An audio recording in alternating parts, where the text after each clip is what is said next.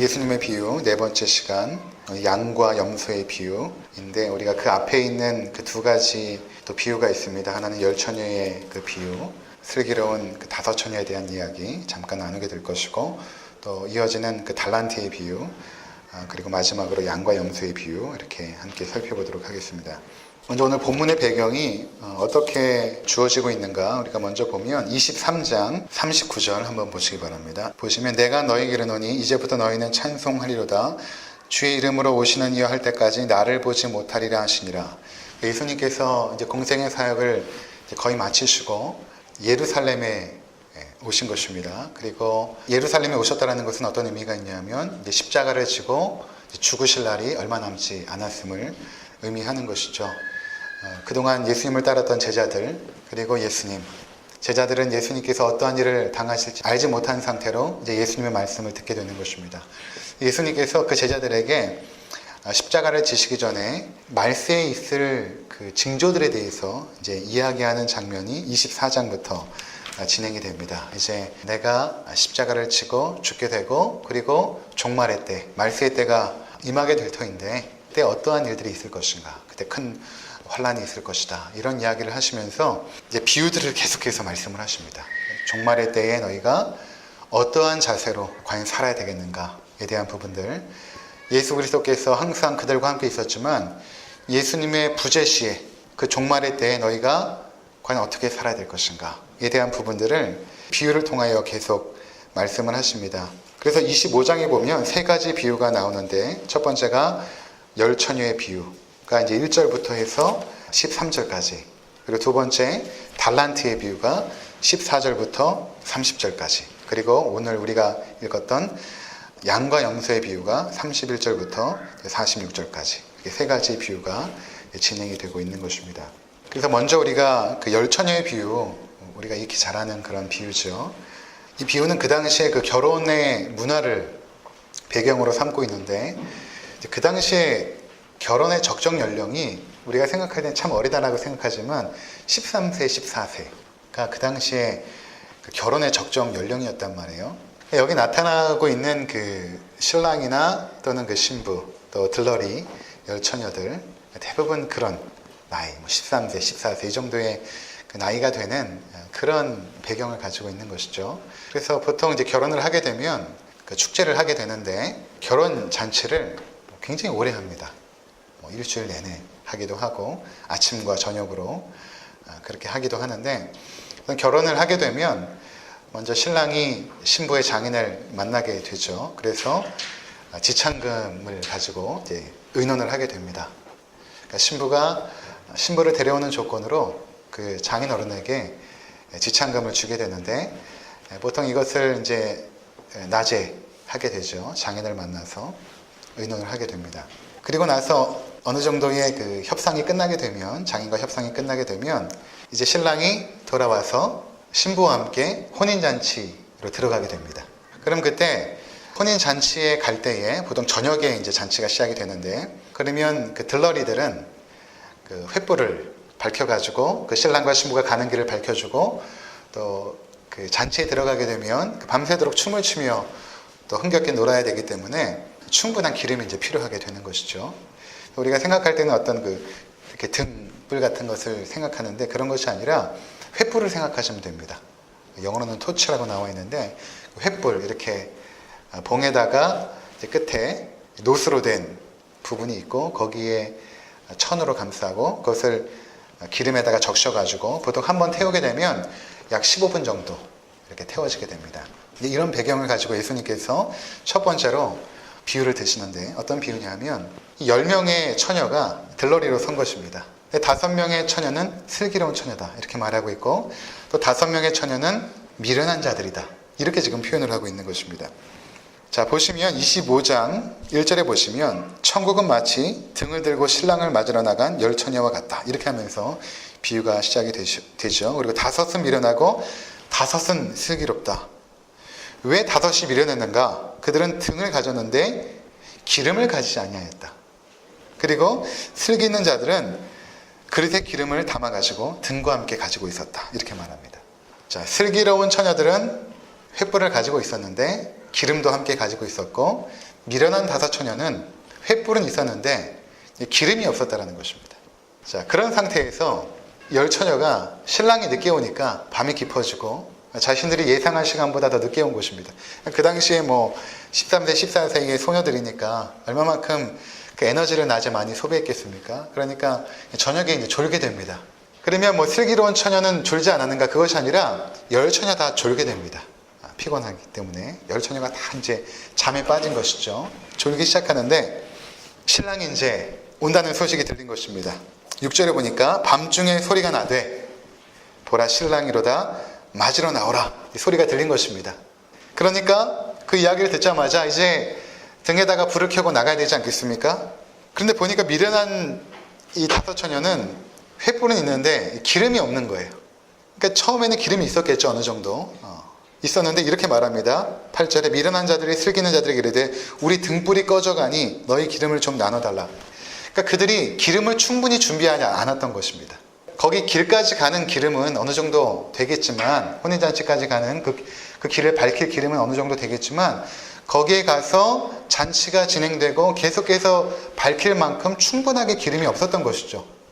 그래서 뭐라고 말하냐면 슬기는 다섯 처녀에게 기름을 좀 나눠달라 부탁을 합니다. 그러니까 슬기는 자들이 뭐라고 대답하냐면, 여기 지금 우리가 쓸 것을 준비하긴 했지만 너희와 함께 나눠 쓰기에는 다 같이 부족하다. 우리가 함께 나눴으면 분명히 혼인잔치가 밤새도록 진행이 될 터인데 부족하여서 낭패를 볼 수 있으니까 너희가 지금 빨리 가서 기름을 좀 사와라. 그렇게 말을 합니다. 그래서 이제 이 미련한 다섯 처녀는 이제 기름통을 들고 기름을 사러 갑니다.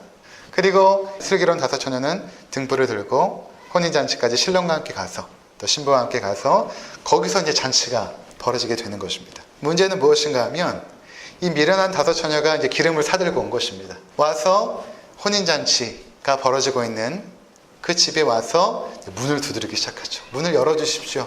우리가 왔습니다. 근데 그 안에서 신랑이 이렇게 대답을 합니다. 10절, 11절, 12절 함께 읽도록 하겠습니다. 10절, 11절, 12절 시작. 그들이 살아간 사이에 신랑이 오므로 준비하였던 자들은 함께 혼인잔치에 들어가고 문은 닫힌지라. 그 후에 남은 처녀들이 와서 이르되 주여 주여 우리에게 이뤄 주소서. 대답하여 이르되 진실로 너에게 이르노니 내가 너희를 알지 못하노라 하였느니라. 거기서 문에 서서 이제 두드리기 시작합니다. 우리가 준비해 왔으니까 열어주십시오. 그 잔치에 우리도 들어가야겠습니다. 라고 말했더니 거기서 대답이 나오는데 내가 너희를 알지 못한다. 내가 너희를 도무지 알지 못한다. 그렇게 말하고 있는 것입니다.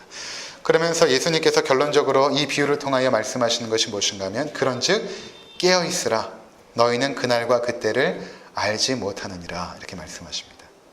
그런즉 깨어있으라 너희는 그날과 그때를 알지 못하느니라. 그러니까 예수님께서 이제 십자가를 지고 죽으시고 그리고 부활하시고 이제 승천하신단 말이에요.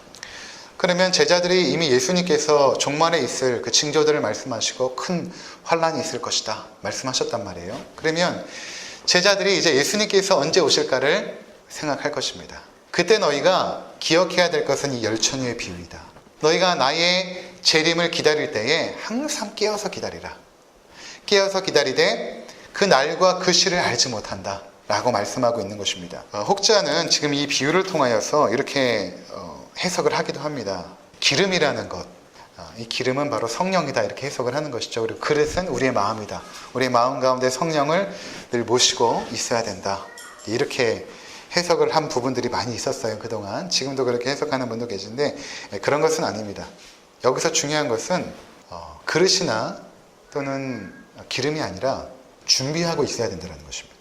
첫 번째 비유에서 주님께서 말씀하고 있는 것은 깨어있으라 라는 의미는 무엇인가 하면 신랑이 더디 오는데 슬기로운 다섯 처녀나 미련한 다섯 처녀가 다 졸고 있었단 말이에요. 그러니까 의식적으로 깨어있으라 라는 것입니다. 슬기로운 처녀나 미련한 다섯 처녀도 다 졸고 있었지만 그 졸면서도 의식적으로 무엇을 생각해야 되냐면 신랑이 곧 올 것이다. 너 의식 가운데 늘 깨어 있어야 된다. 그러면서 너희가 준비해야 될 것은 무엇인가 하면 기름인데 이 기름은 무엇을 말하냐면 본질을 의미하는 것입니다.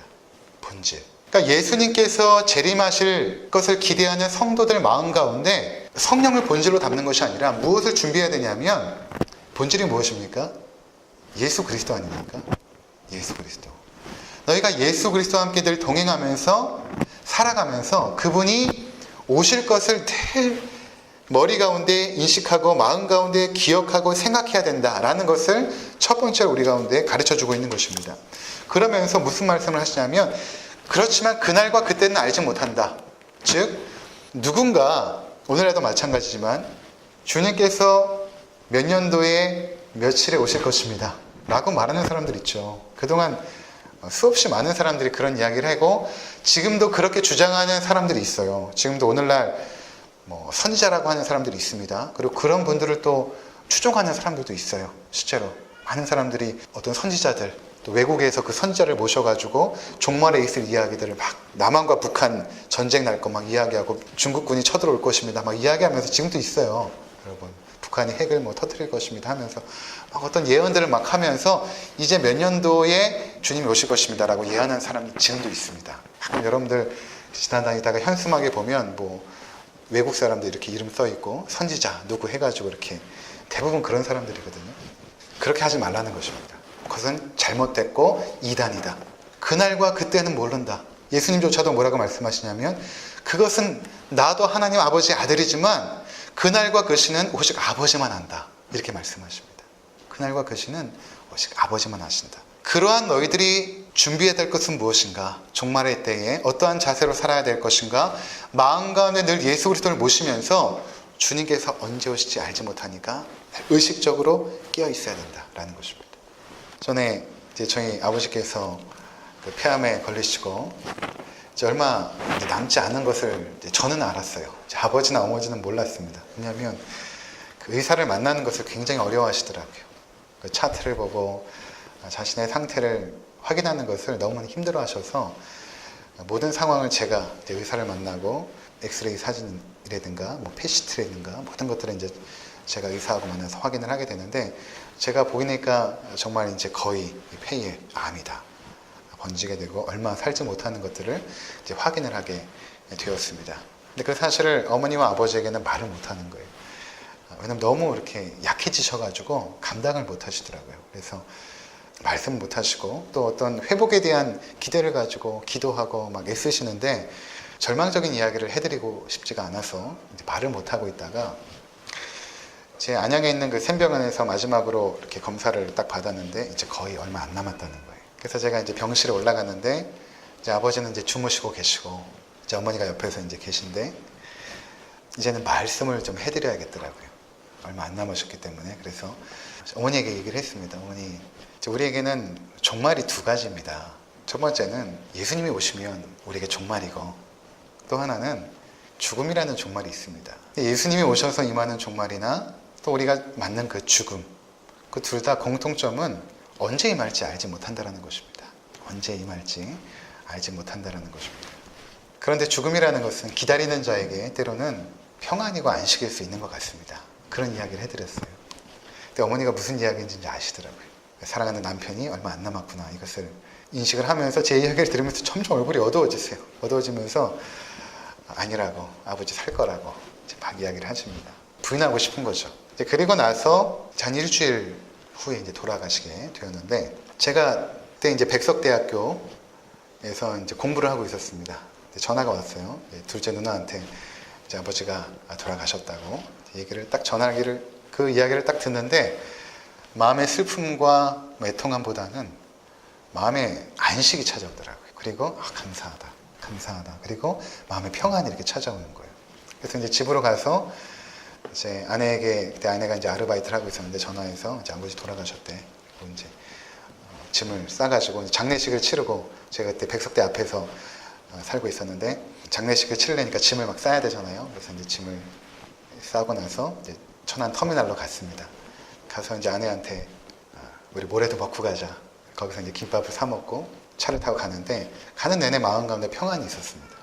장례식 내내 또 마음 가운데 평안이 있었고, 항상 어떤 죽음을 준비하거나 종말을 준비하는 자들에게 주님이 오시는 그날은 그렇게 두렵거나 또는 그렇게 당황스럽진 않습니다. 언제 오실지 늘 깨어서 준비하게 되며, 우리 죽음도 마찬가지죠.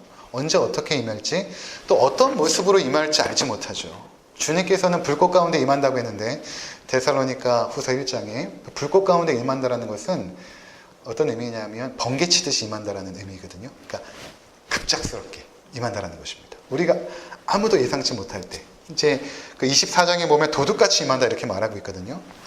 거기 잠깐 보시면 24장 42절에서 44절 우리 함께 읽도록 하겠습니다. 그러므로 깨어있으라. 어느 날에 너희 주가 임할는지 너희가 알지 못함이니라. 너희도 아는 바니 만일 집주인이 도둑이 어느 시간에 올 줄을 알았더라면 깨어있어 그 집을 뚫지 못하게 하였으리라. 이러므로 너희도 준비하고 있으라. 생각하지 않은 때에 인자가 오리라. 그렇죠.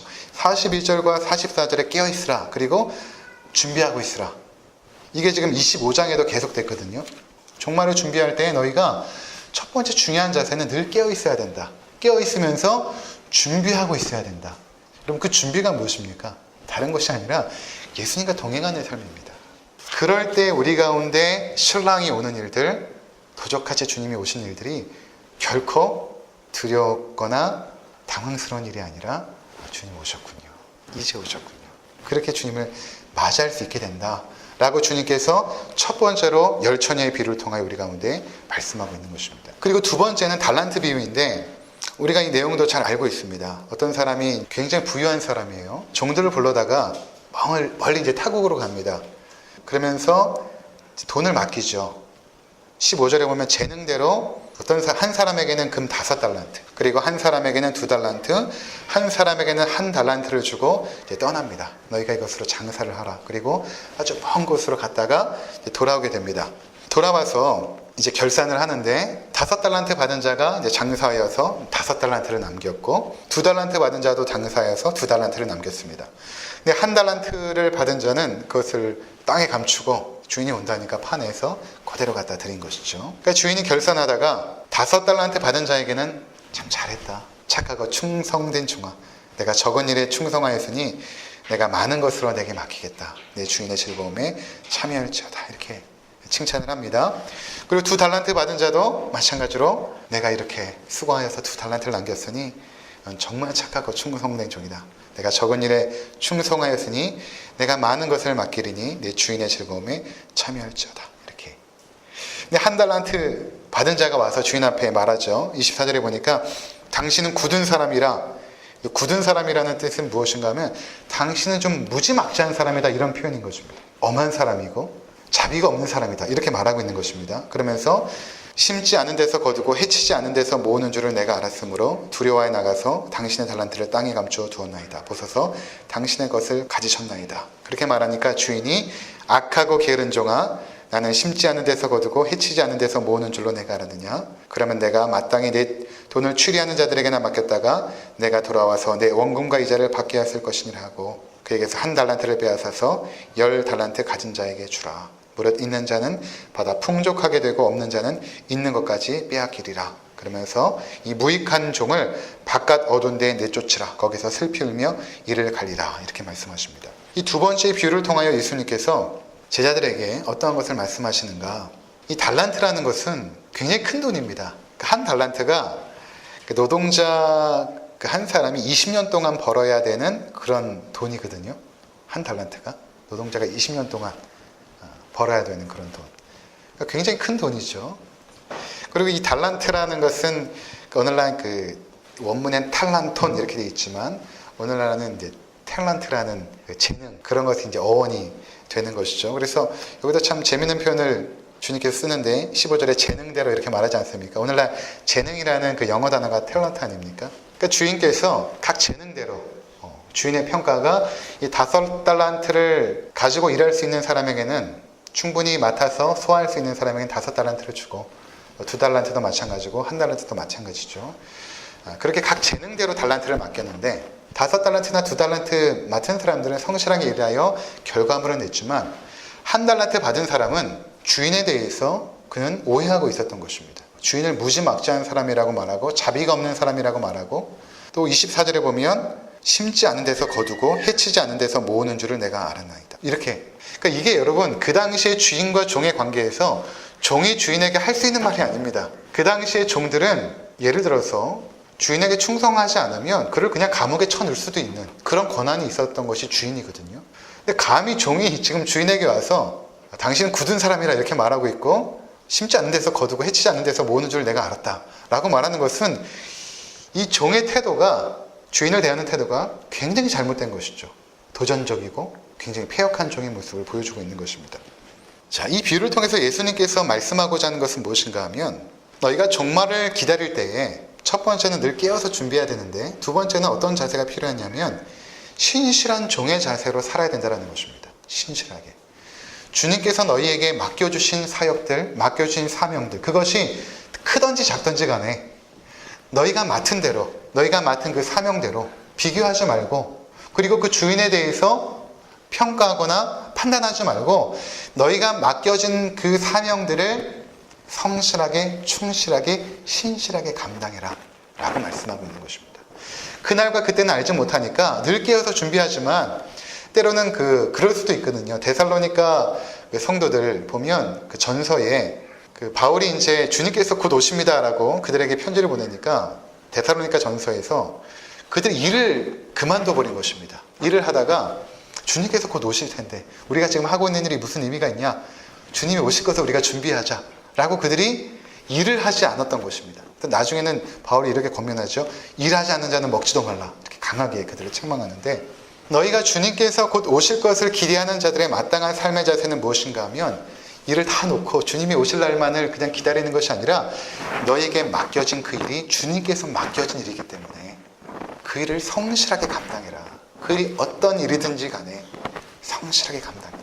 어머니는 어머니의 자리에서, 아버지는 아버지의 자리에서, 또는 직장에서, 교회에서, 우리 공동체 내에서 우리에게 맡겨진 그 일을 주인께서 우리에게 맡겨주신 일이라고 믿고, 또 그렇기 때문에 청지기의 삶으로 성실하게 신실하게 살아라. 그리고 마지막 주님께서 왔을 때 너희가 했던 그 신실함에 대해서 평가할 날이 곧 올 것이다. 이렇게 말씀하고 있는 것입니다.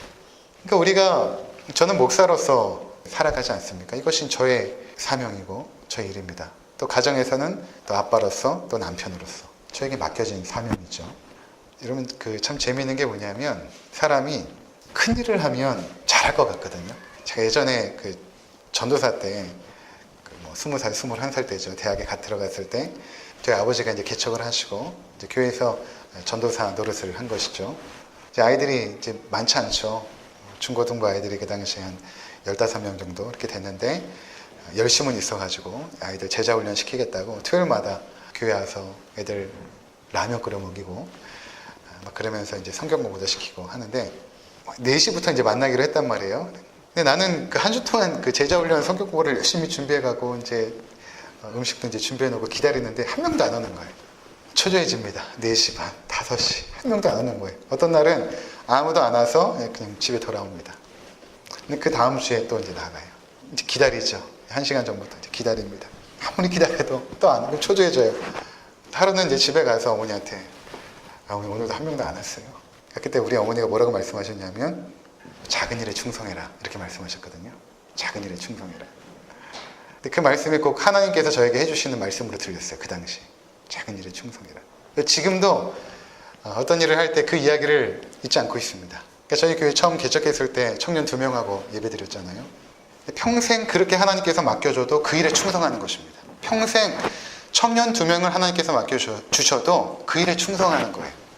저기 시골교회 가면 어르신들 몇 분 앉아 계시잖아요. 그 목회자들이 큰 교회 될 것을 기대하는 것이 아니라 평생 그분을 섬길 것을 사명으로 알고 사역을 하는 것입니다. 그러니까 큰 교회가 되는 것은 우리의 관심이어서는 안 돼요. 저도 마찬가지고 여러분도 마찬가지입니다.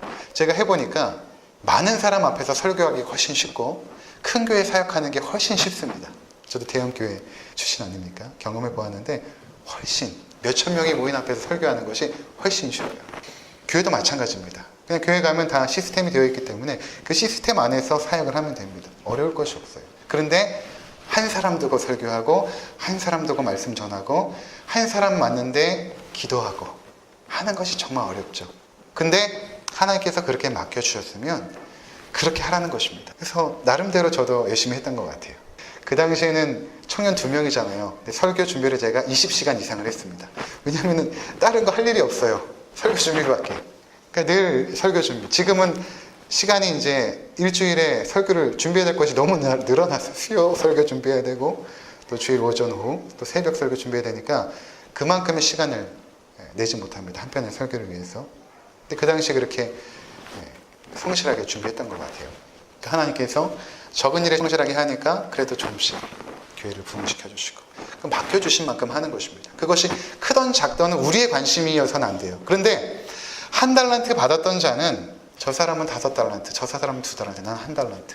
우리 주인은 자비가 없는 사람이야. 우리 주인은 굳은 사람이야. 이렇게 그가 스스로 평가를 하고 자기 멋대로 사역을 진행했던 것입니다. 그것을 감춰두고 성실하게 일하지 않고 그것을 그냥 꺼내다가 주인이 1달란트 내가 가져왔습니다. 그렇게 그가 했던 것이죠. 그래서 여러분 우리가 공동체에서 또는 가정에서 때론 그런 생각이 들 때도 있을 것 같아요. 와, 저 집 자녀는 저렇게 공부도 잘하고 예의도 바르고 착하고 왜 나는 이렇게 어려운 자녀를 맡겨줬지? 감당해야 되는 것입니다. 나에게 주신 하나님의 사명이에요. 우리가 교회에서 어떤 일을 할 때 또 마찬가지죠. 아무도 보지 않아도 괜찮아요. 그것이 하나님께서 나에게 맡겨주신 사명이기 때문에 그 자리를 굳건하게 계속해서 지켜나가는 것입니다. 신실하게 지켜나가는 것입니다. 그럴 때의 그 대가가 뭐냐면 주님의 칭찬입니다. 착하고 충성된 종아. 23절에 보면 내가 적은 일에 충성하였음에 내가 많은 것을 내게 맡기리니 내 주인의 즐거움에 참여할지어다. 주님의 그 축복이 뭐냐면, 선물이 뭐냐면, 첫 번째로는 우리가 주님께 인정을 받고 두 번째로는 주인의 즐거움에 참여하는 것입니다. 이 주인의 즐거움이 무엇인가 하면 뭔 것 같습니까? 그 주인의 즐거움이. 저는 저희 할머니께서 그 세브란스 병원에 입원하시고 돌아가시기 한 달 전인 것 같아요. 누워가지고 그때 막 정신이 오락가락 하실 때인데 말씀도 잘 못하실 때 제가 간호하고 있었는데 할머니가 그런 말씀을 하세요. 지영아, 내 평생에 가장 즐거웠을 때는, 가장 행복하고 즐거웠을 때는 그 주일에 밥할 때였대요. 그러니까 저희 집이 그 교회였거든요. 2층이. 집이 좀 넓어가지고 1층에는 우리가 살고 2층을 개조해가지고 교회로 만들었단 말이에요.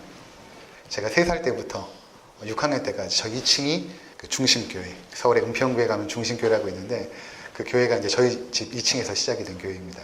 처음엔 1층에서 예배 드리다가 나중에는 2층을 개조하여서 예배를 드렸는데, 그때 예배를 다 드리고 나면 이제 성도들이 1층에 내려와서 식사를 한단 말이에요. 그러면 우리 할머니가 그 당시 항상 그 시금치 넣고 콩나물 넣고 된장 넣고 국을 끓이고 밥 하나에다가 김치 하나 넣고 이제 먹었는데, 지금 생각해봐도 정말 맛있었어요. 그 국이.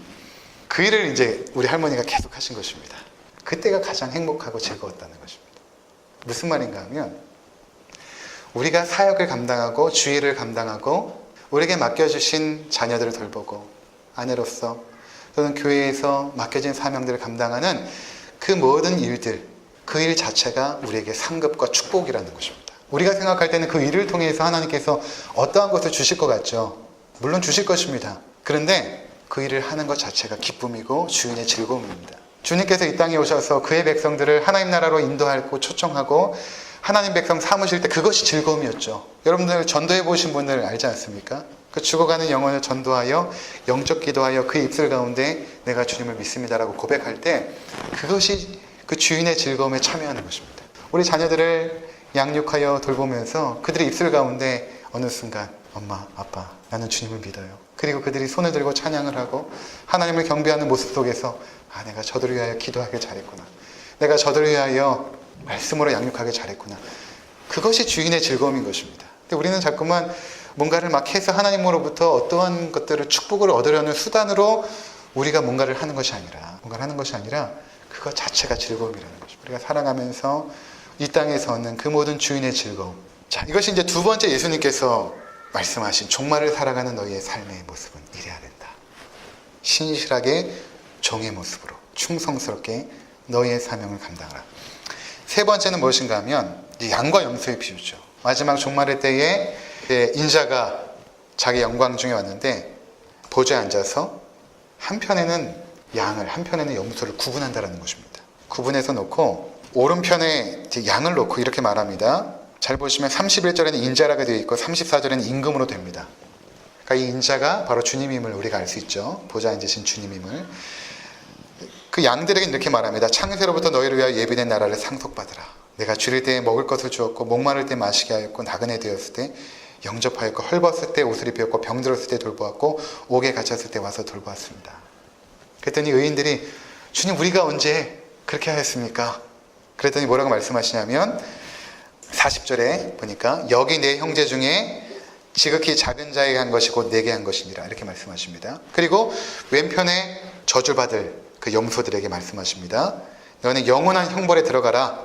너희는 내가 줄일 때 먹을 것을 주지 아니하였고 목마를 때 마시게 하지 아니하였고 나그네 되었을 때 영접하지 아니하였고 헐벗을 때 옷 입히지 아니하였고 병들었을 때와 옥에 갇혔을 때 돌보지 아니하였다 라고 말하니까 그들이 뭐라고 말하냐면 우리가 언제 그렇게 했습니까? 우리가 언제 주님을 그렇게 홀대했습니까? 라고 말하니까 45절에 이 지극히 작은 자 하나에게 하지 아니한 것이 곧 내게 하지 아니한 것이니라 이렇게 말합니다.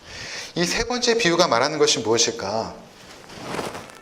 여러분 여기서 주님께서 지금 그의 제자들에게 지금 말씀하고 있는 것이거든요. 이 말씀을. 그럼 여러분 지극히 작은 자가 누굴까요? 40절에 보면 내 형제 중에 지극히 작은 자가 누구일까요? 또 45절에 지극히 작은 자 하나에게 하지 아니한 것이 곧 내게 하지 아니한 것이니라. 지극히 작은 자라는 것은 예수님의 제자들을 의미하는 것입니다. 내 형제 중에 지극히 작은 자. 예수님께서는 그의 제자들을 소자 이렇게 자주 부르셨거든요. 마태복음 10장 42절에 보면 예수님의 제자들을 작은 자 또는 소자 이렇게 불렀습니다. 즉 무슨 의미인가 하면 예수님의 제자들 그리고 나중에 예수님의 제자들로부터 복음을 듣고 한 형제가 된 모든 사람들, 오늘날로 하면 교회 공동체를 말하는 것입니다. 그들에게 하는 것이 예수님께 하는 것이다 라고 예수님은 지금 말씀하고 있는 것입니다. 그래서 나중에 사도행전에 보면 바울이 사울이죠. 예수 믿는 자를 핍박하러 이제 막 갑니다. 거기 잠깐 볼까요? 사도행전 9장 1절부터 4절까지. 사도행전 9장 1절에서 4절. 사울이 주의 제자들에 대하여 여전히 위기가 살가 등등하여 대제사장에게 가서 다메섹 여러 회당과 가져갈 공문을 청하니 내일 만일 그 도를 따르는 사람을 만나면 남녀를 막론하고 결박하여 예루살렘으로 잡아려 함이라. 사울이 길을 가다가 다메섹에 가까이 이르더니 호련히 하늘로부터 빛이 그를 둘러 비추는지라. 땅에 엎드려져 들음에 소리가 있어 이르시되 사울아 사울아 내가 어찌하여 나를 박해하느냐 하시거늘. 잘 보면 사울이 지금 9장 1절에 주의 제자들에 대하여 살기가 등등했다. 제자들에 대하여 살기가 등등해서 그들을 잡아가지고 옥에 가두고 고문시키려고 가고 있었던 것입니다. 그리고 2절에 보면 그 도를 따르는 사람들, 예수님을 믿고 복음을 믿고 하나님의 그 백성이 된 자들, 교회 공동체가 된 자들, 그들을 지금 남녀를 막론하고 결박하여서 예루살렘으로 잡아오려고 가고 있었습니다. 다메섹에서 호련히 하늘로부터 빛이 비추고 예수님의 임재가 사울에게 임한 것이죠. 그리고 사울에게 뭐라고 말하냐면 사울아 사울아 내가 어찌하여 나를 핍박하느냐 이렇게 말씀합니다. 네가 왜 제자들을 핍박하느냐, 네가 왜 교회 공동체를 핍박하느냐라고 말씀하지 않고 왜 네가 나를 핍박하느냐 이렇게 말씀하십니다. 즉 예수님께서는 우리가 교회 공동체에 있는 성도들에게 하는 것을 예수님 자신에게 하는 것으로 받으십니다. 그래서 빌립보서에 보면 바울이 너희가 나를 위하여 연보를 모아서 헌금을 보내준 것은 주님을 기쁘시게 하는 것이다. 주님께서 받으실 만한 거룩한 제물이다. 그러니까 여러분 우리가 교회를 그리스도의 몸이라고 했을 때 그냥 추상적으로 그리스도의 몸 이것이 아니라 우리가 모여있는 성도들 한 사람 한 사람을 예수 그리스도로 우리가 대접하고 섬겨야 된다는 것입니다. 주님은 그것을 그렇게 받으세요. 굉장히 도전적인 말씀인 것입니다. 너희가 종말을 살아갈 때 나를 사랑하느냐? 나의 복음을 듣고 나를 향한 충성심이 있느냐? 그 충성과 그 사랑을 너희가 어떻게 그러면 이 세상에서 펼칠 것인가? 교회 공동체 속에서 형제 자매들에게 나의 사랑을 증거하고 그들을 섬겨라. 그래서 우리 성도님들 중에 귀하신 분들 계십니다. 물질이 있으면 좀 어려운 성도들에게 나눠주도록 저에게 몰래 부탁드립니다. 이 물질을 누구를 위해서 써주십시오. 그렇게 하시는 분들 계시고 은밀하게 그렇게. 근데 그것을 하나님께서 어떻게 받으시냐면 주님께서 어떻게 받으시냐면 내가 그 예물을 받았다. 나를 기쁘게 하는 예물이다.